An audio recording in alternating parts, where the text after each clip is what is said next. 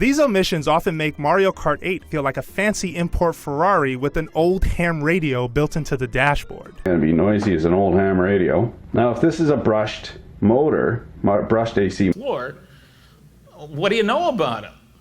He lives over in Homo. That didn't help me. I didn't know where Homo was. He's a great guy. We're old ham radio buddies. You really ought to talk to him. Then the reporter showed up. My dad's old stuff from when I was a kid in here, some of his old ham radio equipment stuff that I think we got a Heathkit SB101 or something right here. Or no, that's the SB102. This is the Heathkit SB102. And this was a Kenwood? I keep thinking this was a Kenwood. I don't remember. Yeah, it's a Kenwood TS63OS. Yep, old school. It's got tubes and stuff in it.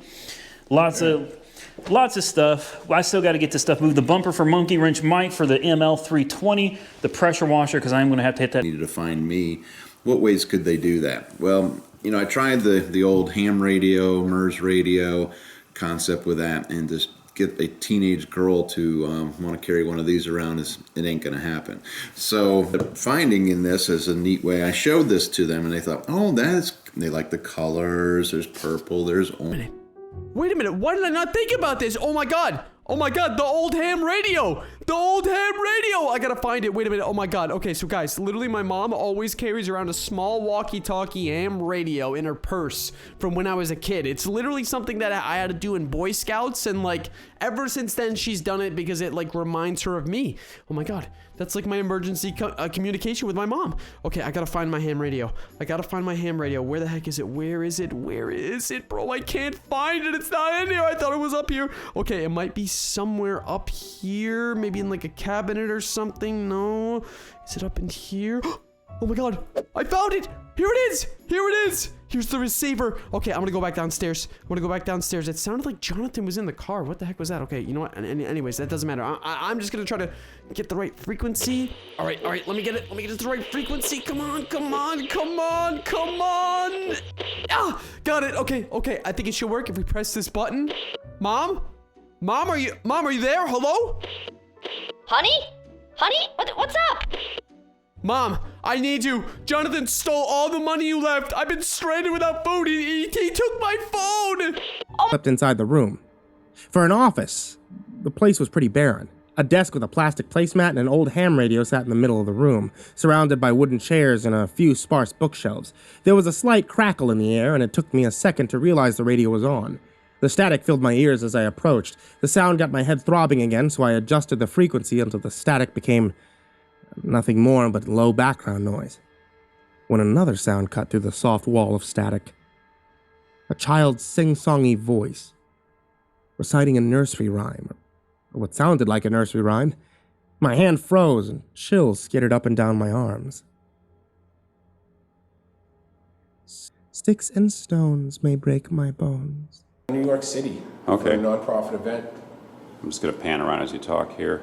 Now, W1KWF, are those like old ham radio call letters, I think? Yeah, just another. My grandfather had W1GFE, good fried eggs. Yeah, we got the one is cool, but when you got both of them, yeah. even cooler. You could do a lot with license plates, Another barn find. Let's head over to the other side of the room where let's point. Oh, by the way, here's a lamp, this is how. The hollow film? Ratchet ended up drifting in deep space for like weeks until he finally managed to assemble a gravity drive using an old ham radio and a banana. Never happened.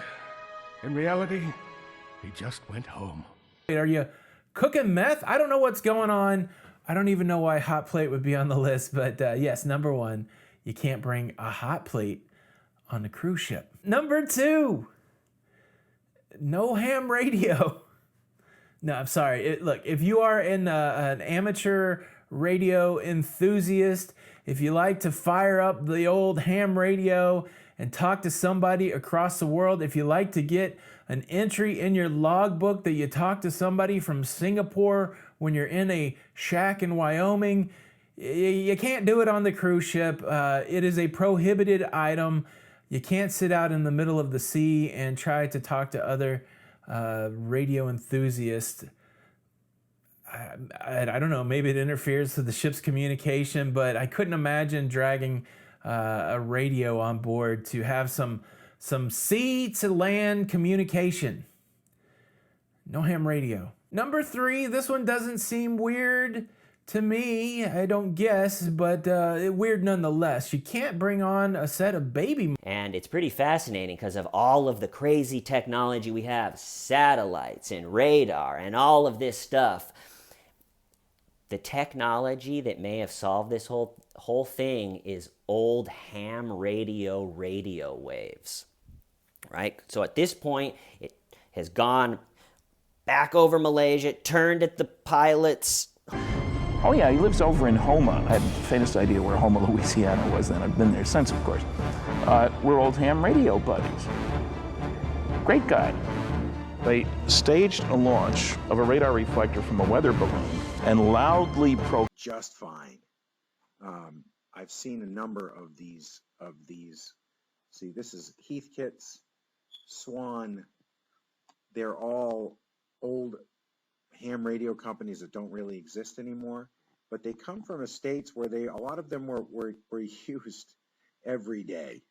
A lot of these old guys who have passed were using these radios their whole life, and they still work just fine. And they're cheap, just cheap. So I'll click on one more of these before we move on. How about this? How about when you click on any of these, when you search for any of these, you're going to... When the Stones with Severus Gruber. Open frequency. Yeah. It's like old ham radio. Can we talk back to them and say, we're trying to help? Yeah. We're trying to help. I think the mime is eating. Oh, sorry. Nice. No, but we're trying to help. Guys, we're helping. Who is this? Should I tell them? You're Michelle. talking. You've got the stone. My name's Evian. Now, I know that it's been messed with. The guy that gave it to me, and the guy that gave it to me has been dead for years now. I've had this thing probably, 25 or 30 years, I guess. It's been sitting in storage. And he was an old ham radio operator, and you know what they say about hams, right? Some of them know what they're doing, but a lot of them just tinker. And I think this guy was a tinkerer. Anyway, let me get this thing plugged in and see if it'll give us a picture. And there's a look at the label on the back. As you can see, it says made for General Electric, Sony by Sony Corporation, Tokyo, Japan. It's really cool. And you do all this by just altering the phase and the waveform between the basically the voltage and the current? Yeah, imagine you took a welding machine, hooked it up to your car battery, then you cranked it up, down. The noise would change, but your battery would still be 12 volts. Right. And that's basically what they're doing. They're charging or discharging the power lines to make them more efficient. As an old ham radio operator, and electrical engineering was what I was studying when I flunked out of college. I actually got kicked out. VSWR. Yeah. It's VSWR, same thing. VSW, thank you, Lou. Okay, I got it. Great talking to you, and appreciate the insights. We will continue with our program in just a moment. And in fact, we're... Judd Legum is going to be with us. Stick around.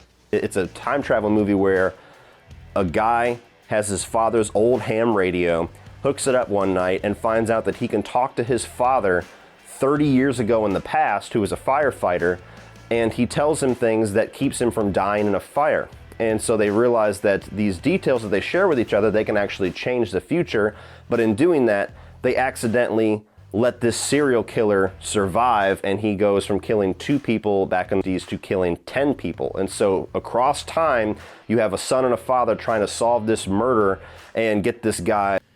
And out of the blue, he said something that changed my life. He said, the guy you ought to talk to is Jesse Marcel. Brilliant investigator that I am, I said, who's he? He interested in when he was in the military. What?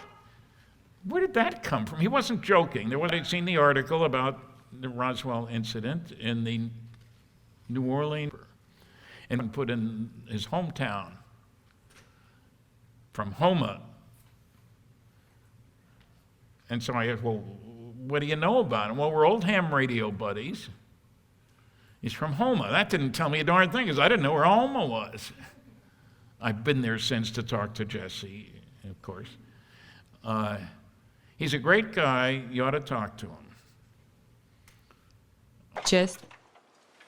Whoa! Hey, give me that gun. All right?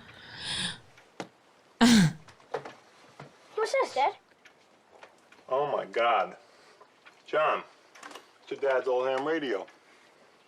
You remember how we used to beg him to let us talk on this thing? This is not a toy. Can we try, Dad? Well, ask Uncle John. Can we try? What the hell?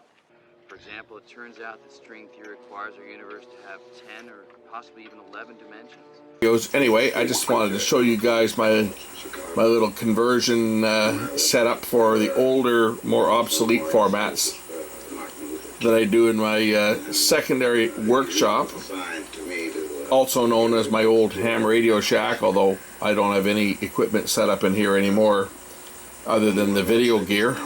The only stuff that's set up in here right now is the 3/4 inch equipment, and the rest of the air. Sounds like you're listening through an old ham radio, or do I try to sort of work around the switch?